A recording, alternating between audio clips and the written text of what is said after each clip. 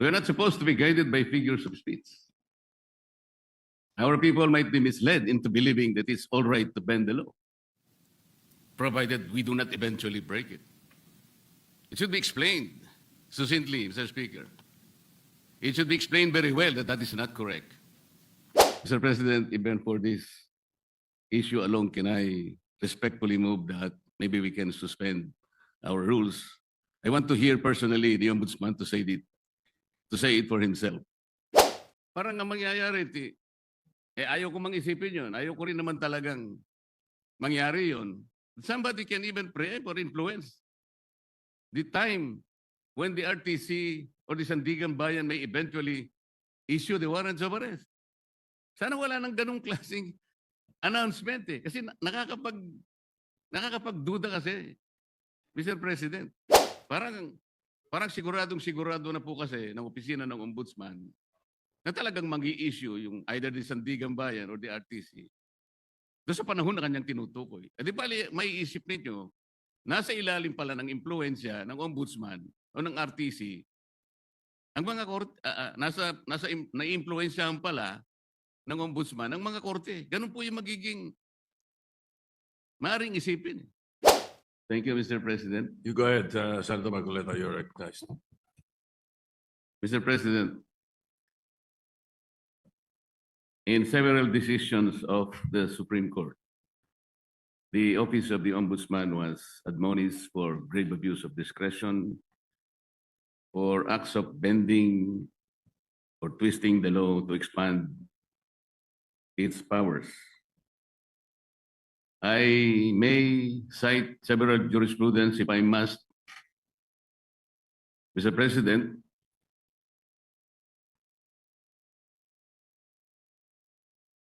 If I will be required.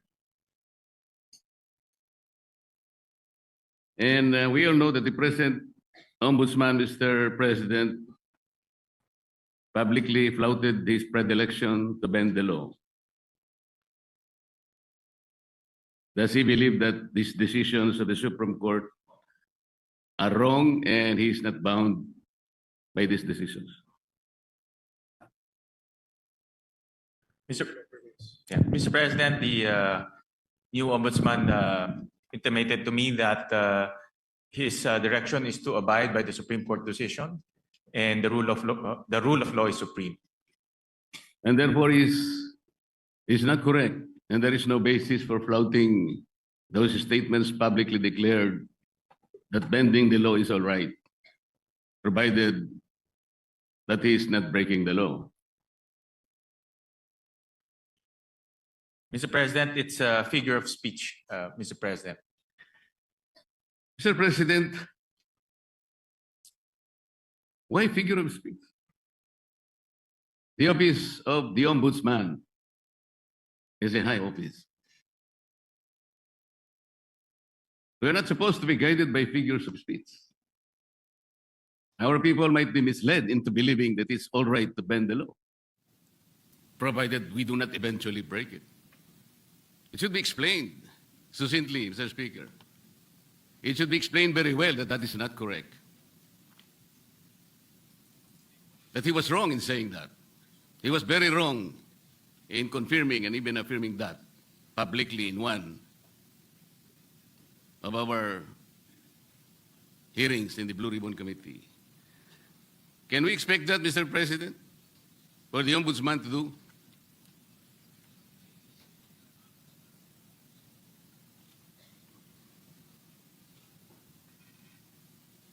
One minute suspension, Mr. President. Session suspended. The current ombudsman right now, he intimated to me that he is very strict in not bending the law. In fact, he also intimated that he will abide by the Supreme Court ruling, as he believes that the rulings are forms part of the law, and the rule of law is supreme, Mr. President. So he abides by those principles, Mr. President, and he will carry that in his tenure as the country's ombudsman, and especially in his quest to hold people to account and to put people in jail, especially those who transgressed our our laws, Mr. President. So those are the principles that he abides by, and those are the principles he will carry in his duty as our ombudsman, Mr. President. Mr. President, abiding by that principle and acting otherwise is different. You say that you abide by the law strictly, but you say publicly that you can bend the law. How is that? Doesn't the public need to be clarified very clearly on this matter, Mr. President? Our people might be confused by that statement. That's why I am asking whether he can make a clarification or he can make public apology for saying that, Mr. President. And this will be good for the country. Mr. President, we thank the good gentleman from Tarlac and Pampanga, Senator Marcoleta, for bringing this up. And this is an opportunity for the current ombudsman to clarify his statements. And this is actually the clarification that he is expressing to this august body, that he will abide by the rule of law and he will not bend the law to serve any other purpose, Mr. President, or to serve any other being, Mr. President. So Can we, Mr. Sorry. President, that's why this is an opportunity, and as he intimated to me, that he will always put the rule of law as supreme, Mr. President. Mr. President, even for this issue alone, can I respectfully move that maybe we can suspend our rules? I want to hear personally the ombudsman to say it for himself. 1 minute suspension, Mr. President. Session suspended. Majority Leader, what is your pleasure after that motion? Mr. President, with all due respect to the good gentleman from Tarlac and Pampanga, the Senator Marcoleta, we have very, very rarely given way to such a motion to suspend the rules, especially during budget plenary deliberations, with all due respect to Senator Marcoleta. So I apologize that it may not be possible also this morning, Mr. President. So therefore, we are not entertaining the motion. We are not entertaining the motion, Mr. President, but the chairman remains fully capable of addressing the important issue raised by the good gentleman. All right, thank you. Thank you, Mr. President. Thank you, Yes. Majority Leader. Muli, nagpapasalamat po kami kay Senator Marcoleta at tinanong niya po yung itong issue.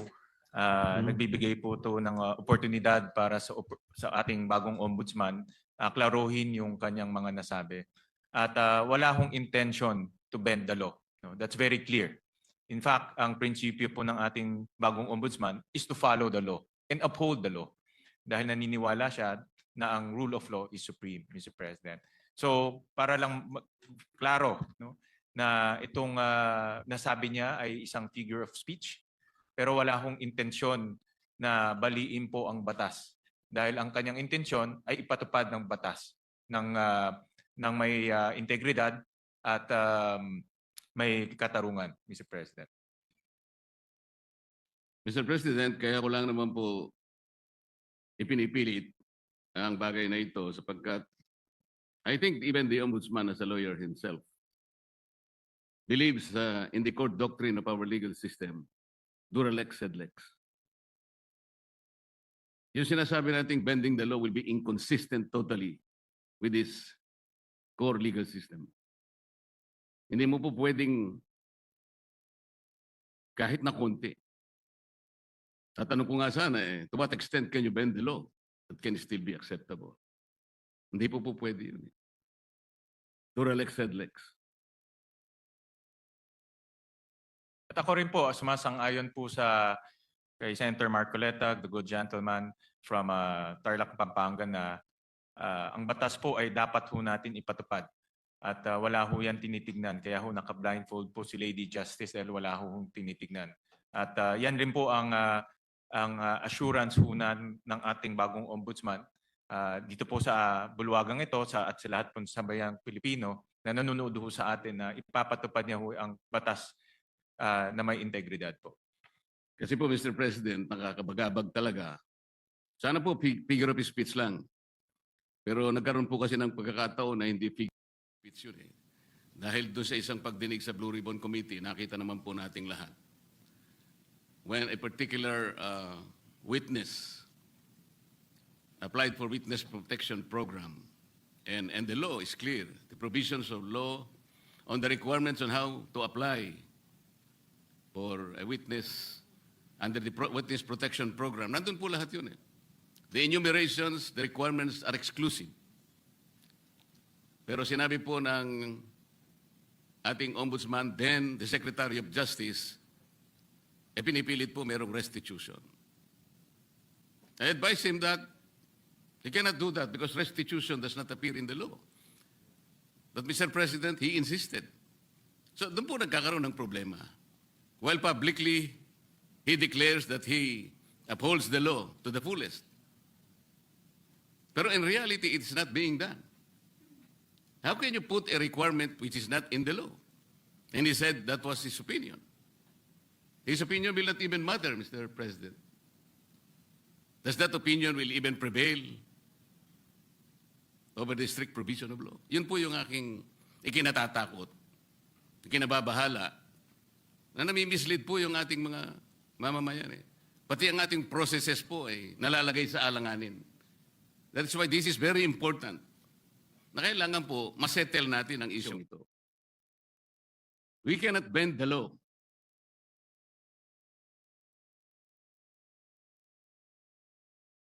Kasi po, kapag pinanatili natin yun, it is as if the ombudsman has the power to refine the law or even revolutionize the law. No one can do that, Mr. President.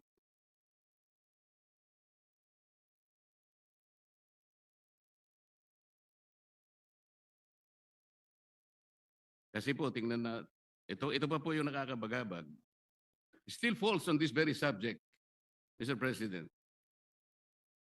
Kamakailan lamang po ang ating current ombudsman ay nag-announce na sa mga darating na araw, meron pong may issuean na warrants of arrest. Na mga iba po ay kasama pa natin sa kapulungan ito, Mr. President.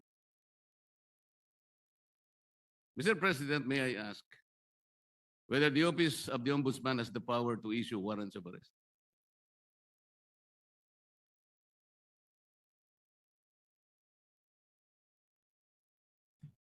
No, Mr. President.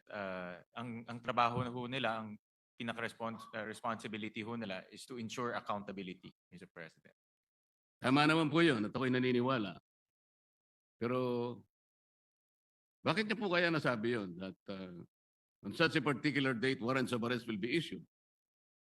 Does he think that he can preempt the Sandigan Bayan or even the RTCs, Mr. President, to issue the warrants?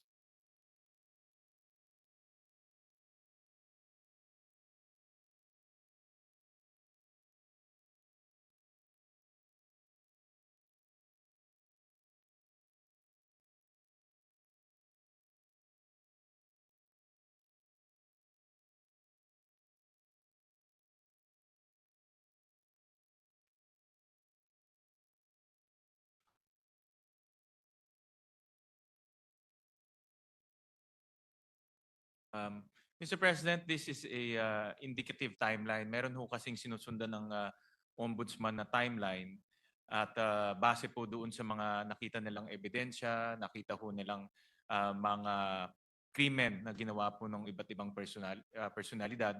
Kaya po ito ay parte lang po ng kanilang timeline. At yun lang naman po yung in-explain ng kasalukuyang ombudsman, Mr. President. Mr. President, the Office of the Ombudsman is following a timeline. So paano po niya nasabi na on December 5th? Ano na yun? Anong date po ba yun? Ito po yung nakakatakot, Mr. President. Paano po natin mapapaniwalaan na sa timeline na sinet ng ombudsman, may palalabas niya yung warrants of arrest? Hindi ba ang ibig sabihin nito, pwede niyang i-preempt ang decision ng Sandigan Bayan or the RTCs because he's following a timeline. And the most intriguing issue here, Mr. President, is that he might be able to influence and preempt the decision of the RTCs and the Sandigan Bayan just to make the timeline a reality. This is a very dangerous proposition, Mr. President. But Mr. President, hindi naman po, no, dahil alam naman ho natin ang Sandigan ay under the ambit of the judiciary. Iba naman po ito sa trabaho po ng ombudsman. Pero bilang ombudsman, nakikita ko ho na dahil sila po ang magpa-file ng kaso, very optimistic ho sila na yung kanilang ifa-file na kaso mayroon pong kinahinatnan at mayroon pong resulta. So yung resulta na gusto ho nilang mangyari ay mag-issue ho ng warrant of arrest. So, kasi very confident sila na yung kaso ay matibay. At very confident ho sila na yung ebidensya ay matibay. At yun din po ang gusto natin lahat. Ako po, very hopeful rin po ako na yung kanilang kaso at kanilang ebidensya ay matibay dahil ako rin po bilang isang Pilipino, gusto ko rin pong managot yung mga taong dapat managot. Pare-pare po natin gusto mapanagot natin ang may kasalanan, Mr. President. Wala pong debate doon. Hindi po yun ang punto ng pagtatanong na ito, Mr. President. But the ability of the Office of the Ombudsman to predict even the timeline when the warrants of arrest can be issued is something that is troubling, Mr. President. Parang ang mangyayari, ayaw ko mang isipin yun. Ayaw ko rin naman talagang mangyari yun. Somebody can even preempt or influence the time when the RTC or the Sandigan Bayan may eventually issue the warrants of arrest. Sana wala nang ganung klaseng announcement Kasi nakakapagduda kasi, Mr. President. Tingnan po ninyo. When the Sandigan Bayan or the RTCs eventually issues the warrants of arrest, do you think the persons or kung sino man yung involved na yun, that the Office of the Ombudsman wants to be arrested, pwede nilang questionin yung impartiality ng Sandigan Bayan or even the RTCs? Because there was already a timeline announced by the office. This is the thing that is very intriguing, Mr. President. Well, Mr. President, with all due respect to the esteemed senator from Tarlac and Pampanga, with all due respect po, ito ay isang indicative timeline na tinitignan ho nila. Wala ho silang control sa magiging desisyon ng Sandigan, wala ho silang control kung ano po magiging takbo sa Sandigan, pero base po sa kanilang experience at base po sa kanilang pag-ayos ng kaso, lalo na po sa pagtingin po sa ebidensya, ito po yung tinitignan nilang timeline na pwedeng mangyari. Pwede rin ho yan hindi mangyari. No? Pwede rin ho yan iba po ang pupuntahan ng kaso. Pero naglalagay lang ho sila ng timeline para po makita naman ho nila kung ano po ang magiging takbo po ng kaso. At marami hong ganun. Actually, marami pag nanonood po ako ng mga political shows sa YouTube, marami po mga political analyst, mga legal analyst, sinasabi ho nila ano po ang magiging takbo ng kaso, kailan po may makukulong, kailan po may i-issue ng mga warrant of arrest. Yan po ay based on their analysis and experience. Pero wala hong assurance, hindi ho yung magiging 100% na ganun po ang kinahinatnan po niyan o ganun po ang kalalabasan. Ganun din po sa ombudsman. Ito po ay sa kanilang tingin ay posibleng mangyari. So do you think announcing a particular timeline, Mr. President, is even necessary? Ito po ay for purpose of information, Mr. President, and para po mabigyan din po ang publiko ng kanilang opinion pagdating po sa magiging takbo po ng kaso.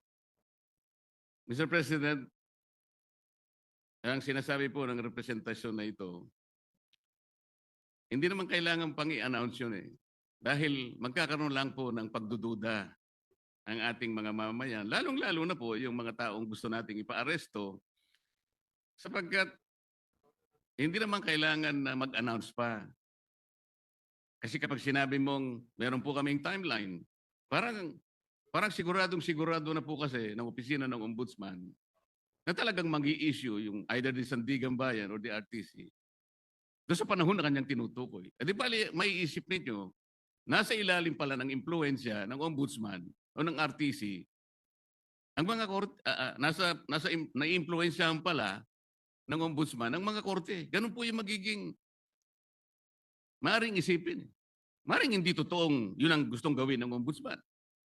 At naniniwala naman ako na hindi niya intention yun. Ngunit para bigyan po ninyo ng pagdududa ang ating mamamayan, lalong-lalo na po yung mga taong involved nga at gusto nyo ipa-aresto, parang hindi kailangan pong mag-announce pa eh. That is the only point, Mr. President. Yeah, I'm sure andito po ang ating ombudsman at nakikinig ho siya sa mga suhestyon ng ating senador at bibigyan ho nila yan ng konsiderasyon. Salamat po sa sagot. Mr. President, yung ating pong deputy, ano yung tawag doon? Deputy Overall Ombudsman ay taga Bisaya, Mr. President.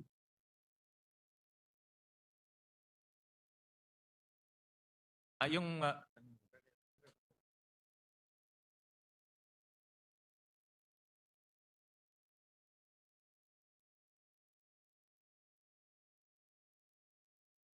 taga Mindanao po yung ating current Deputy Ombudsman.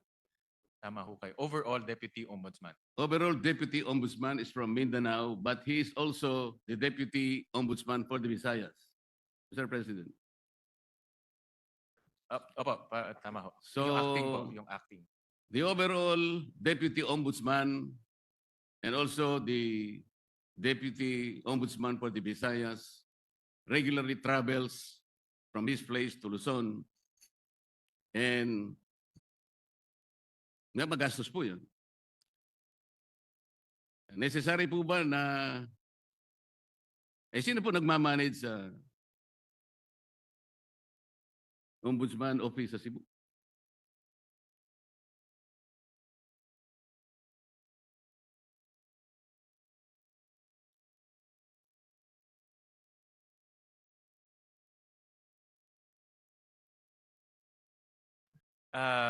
Mr. President, Senator Marcoleta, temporary po na bakante ho yung position na yon. Pero later on ho, ma-field up rin ho yung position. Pero sa ngayon po, dahil bakante ho yun, minomonitor po ng ating ombudsman itong mga opisina ito gamit po ang modernong teknolohiya tulad po ng Zoom, tulad po ng conference calling. So in other words, hands-on po ang ating ombudsman na sinisigurado niya itong mga opisina na ito ay tumatakbo ng maayos.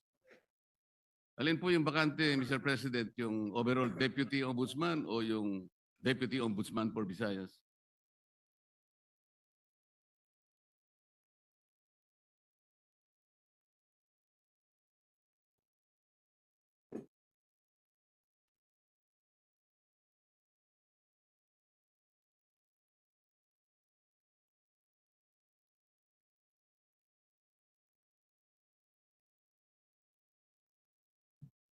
Ang bakante po ay yung overall Deputy Ombudsman for ito po ang bakante po.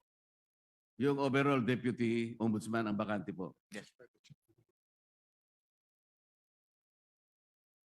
Dahil po suspended yung current overall Deputy Ombudsman. Kasi po kaya ko tinatanong to, Mr. President, napakagastos po yung regularly na pagta-travel po ng Deputy Ombudsman. Galing pa siya ng Mindanao. Meron pa siyang gawain dito sa Maynila dahil nga overall Deputy Ombudsman. Naisip ko po na unnecessary expense po yan sa opisina ng Ombudsman. Ang direction po ng ating bagong ombudsman ay talagang gawing episyente po ang opisina. Natural lang naman po kung may bagong liderato, inaayos niya yung kanyang opisina sa nakikita niyang pinaka-episyenteng struktura, Mr. President. So, hindi naman po nila intensyon na maging bakante ito at later on rin po ay malalagyan din po ng tao. Pero tinitignan nila kung anong pong paraan o anong pong structure ang pinaka magiging episyente po para po sa ombudsman offices, Mr. President. Mr. President, bago po naging ombudsman ang aking kaibigan, siya po ay kaibigan naman tayong dalawa. Ikaw naman, dinideny mo yata eh. Yun nga sinasabi ko, kaibigan pala kayo. Yun nga sinasabi ko. Narinig niyo yata ako, Senator Marcoleta. Bago po siya naging ombudsman, Mr. President, siya po ay kalihim po ng ating Department of Justice. Yun naman pong, dahil nag-retire po yung ating dating ombudsman, Samuel Martires, nagkaroon po ng acting ombudsman. Siya po ay si Overall Deputy Ombudsman Dante Vargas. Kapangalan ko pa siya. Nasaan po siya? Salamat po. Nandito ho siya. Siya po ngayon ang Deputy Ombudsman for Visayas and acting overall Deputy Ombudsman. Concurrent ho Yes, siya. Mr. President. For now. Yes, I know that. Ang itatanong ko po ay, nung siya ay acting overall deputy ombudsman, at sa panahon na yon ay applicant naman po ang aking kaibigan for ombudsman na nabakante nga po, ay gumawa siya ng isang bagay na medyo napaisip ako, Mr. President. Ang tinutukoy ko po ay yung isang office order na kanyang pinalitan. Ang office order na ito po ay kinapapalooban ng parang double docketing. Ngayon, nung siya po ay acting na ombudsman, inalis niya po yung dating memorandum order requiring double docketing. At siya ay gumawa ng isang parang office memo or memorandum na doon po ay pinalitan niya yung office order at may kalaki pa pong isang directive na lahat ng mga complaints, lahat ng asunto, lahat ng habla, administrative man yan, criminal o kahit ano yan, na napapaloob 10 araw bago maging effective yung kanyang order which was issued on September 17, 2025 ay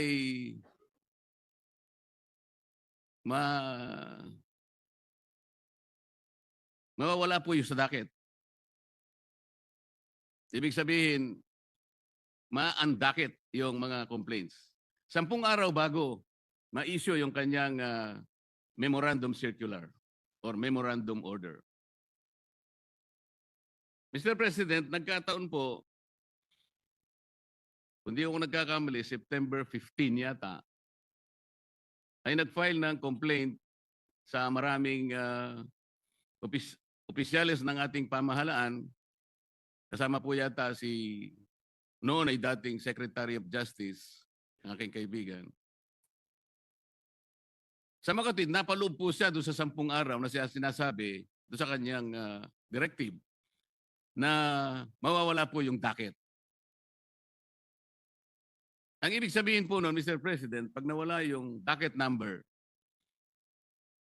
hindi na siya magiging active case kung hindi siya ay malalagay sa kategoriyaan na mga cases under evaluation. Ibig sabihin, Mr. President, wala pang active case. Wala pang kaso. Sapagkat nawala ngang bisa yung naunang office order ng dating ombudsman Samuel Martires. Yun po ang naging daan, Mr. President, kung kaya nakapag-issue ng clearance ang opisina ng ombudsman. At dahil nga po, mistulang walang kaso laban sa aking kaibigan, nasama siya doon sa shortlist na pagpipilian ng ating Pangulo nasusunod na ombudsman ng ating bansa. Mr. President, wala bang, yung ba pangyayaring yun ay, is there something much to be desired in the entire process, Mr. President? Parang ang nangyari, nakagawa ng gano'n yung overall ombudsman nang hindi naman maliwanag what is the visible public service na pwedeng nakamit ng ating mamamayan doon sa ginawa niyang pagpapalit ng office order. Hindi kaya lang ginawa yon para mapagbigyan ang aplikasyon ng aking kaibigan at makakuha siya ng clearance upang sa ganon eventually he will be included in the shortlist to be submitted to the office of the President, makasama sa pagpipilian bilang ombudsman.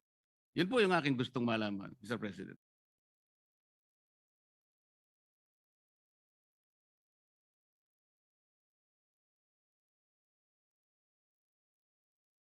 Mr. President, sa explanation ho sa akin ng Ombudsman, itong rule on auto-docketing, na-issue ho to noong July of 2025 ni former Ombudsman Martires bago ho siya nag-retire. At nakita ho nila na hindi to dumaan sa tamang proseso. It was found not to be properly published. So hindi ho na-publish ng maigi. So binalik ho to ni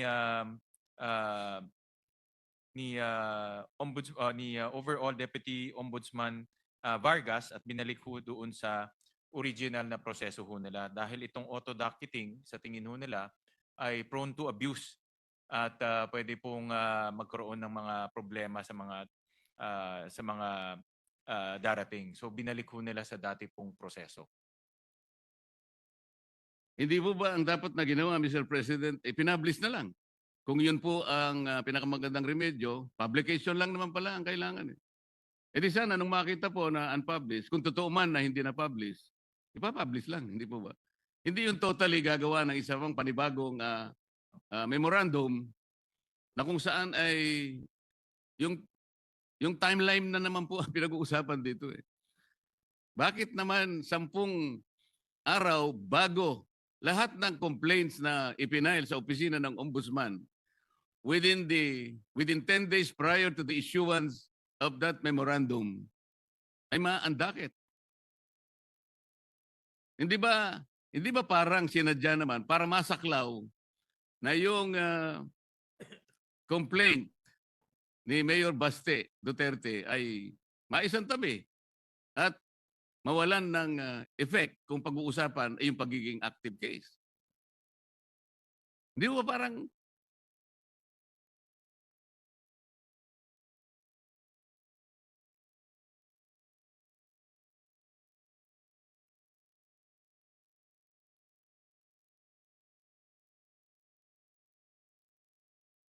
Nung naging acting po si overall Deputy Ombudsman, pinag-aralan ho nila mabuti itong auto-docketing at nakita ho nila na prone to abuse ho to dahil pag file mo, docketed na ho kaagad without any analysis. So ang ginawa ho niya ay bumalik lang ho sa dating proseso, no, na mayroon pang verification and analysis. Total hindi naman ho ganun katagal yung verification analysis. Depende ho sa klase ng kaso. Ang pinakamatagal na ho ay yung verification po can happen between 48 hours to 72 hours. No? So, ang naging dahilan po is sa tingin nila ay prone to abuse po itong auto-docketing. So, yun po yung naging kanilang desisyon. No? Kaya bumalik lang po sa original na proseso. palagay niyo po tama yung argumento, Mr. President, ay bakit naman 10 araw ang sinaklaw? Kasi pa pinag-uusapan natin, September 15 po yung date ng complaint yata ni Vice Mayor Baste. O kung halimbawa 3 araw na lang o 2 araw, hindi nasasaklaw yung... yun po yung gusto lang nating linawin. Kasi parang halata po Mr. President. Para mawala po sana yung pag-aagam-agam ng ating mamamayan na sinadya po.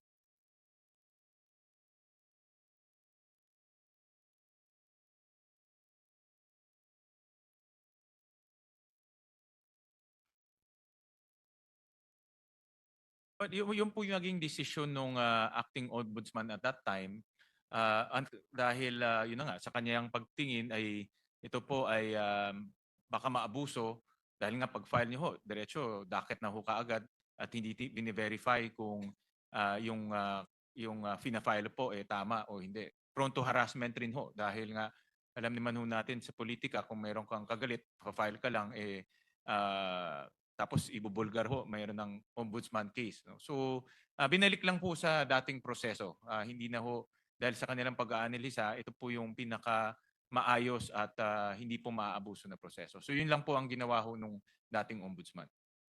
Yung acting ombudsman in particular. Sana nga po hindi na-abuse ang proseso, pero hindi po malinaw na ganun ang nangyari. Halimbawa, isa pa po, yung complaints po na ipinail sa ombudsman may kinalaman po sa mga opisyalis ng Department of Public Works. Ang date po nun ay September 11. Nasama po sa 10 araw prior to the effectivity of that memorandum circular issued by the overall Deputy Ombudsman. Ngayon, kung di po ako nagkakamali, 15 sa 18 ipinaghabla na opisyal ng DPWH na preventive suspension, na suspindi po base po sa complaint na ipinail. Ngayon, kung susundan po natin ang argumento ninyo, ano po ngayon na magiging basihan ng pagkaka-preventive suspension ng mga yun? Sapagkat wala ng kaso po dahil na-undakit na po So, sa makatwid, meron po kayong sinasabi na maring isang bagay na makakabuti, pero meron ding nakasama po Hindi po naging consistent dahil nga po sa madalian, di ko po malaman kung talagang yun ang pakay talaga ng pagkakapalit ng docketing na ginawa ng dating ombudsman. Maliban pa po rito, nung ma-undocket po ba yung complaint ni Mayor Baste? Kasi na-undocket nga po base sa circular na yun. Na-notify po ba si Mayor Baste doon sa pangyayari? Was he notified?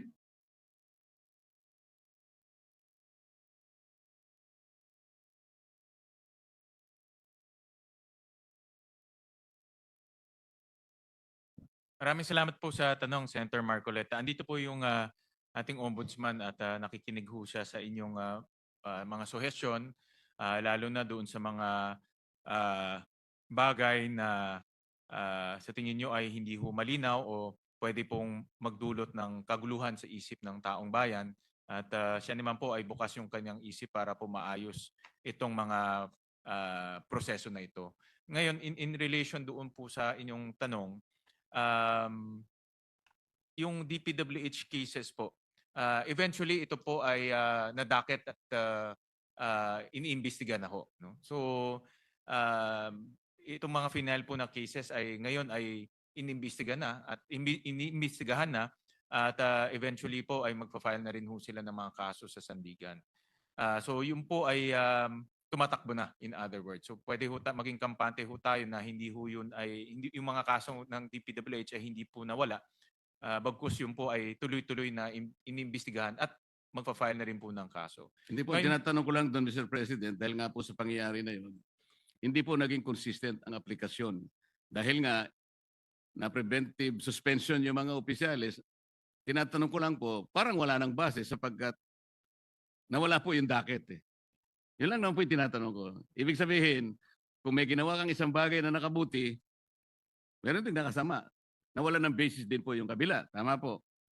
Doon po sa katanungan niyo kung na-notify si Mayor Baste, ito po ay internal process ng ombudsman. So sa tingin ho nila ay hindi na ho kailangan i-notify. No? So ito po yung itong proseso na ito, yung pagdadaket o pagbe-verify, ito po ay internal process ho nila. Ganun na lang po ang kanilang pangangatwiran, Mr. President. Paano naman mangingibabaw ang isang internal process ng ombudsman? Doon po sa malakihan at napaka-importanting provision ng ating saligang batas na due process. The first requirement of due process is notice. Ibig ba sabihin po, wala man lang karapatan ng isang tao na naghabla para malaman niya kung anong kinahinatnan ng kanyang asunto? Na hindi man lang sinabi sa kanya na, yung asuntong pinail mo, inalisan na namin ng docket dahil sa mga ganitong mga alalahanin na aming nakita. Doesn't he deserve to be notified, Mr. President? Because if he was notified, he could have been given the chance to file a motion for reconsideration, which is again a part of due process. Ang na-advise po ko ng ombudsman na itong particular na circumstance po ay nasa Supreme Court na ho ngayon. Subject po ito ng judicial review na finale rin po ni Mayor Baste. So ano po ang ibig Sorry, sabihin? finale po ni Attorney Torion, Mr. President. O ano ngayon, Mr. President?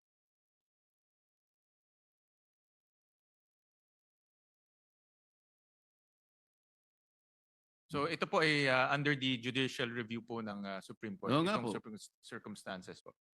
Oo nga po, pero hindi nasasagot yung tinatanong ko po. Very simple lang po eh.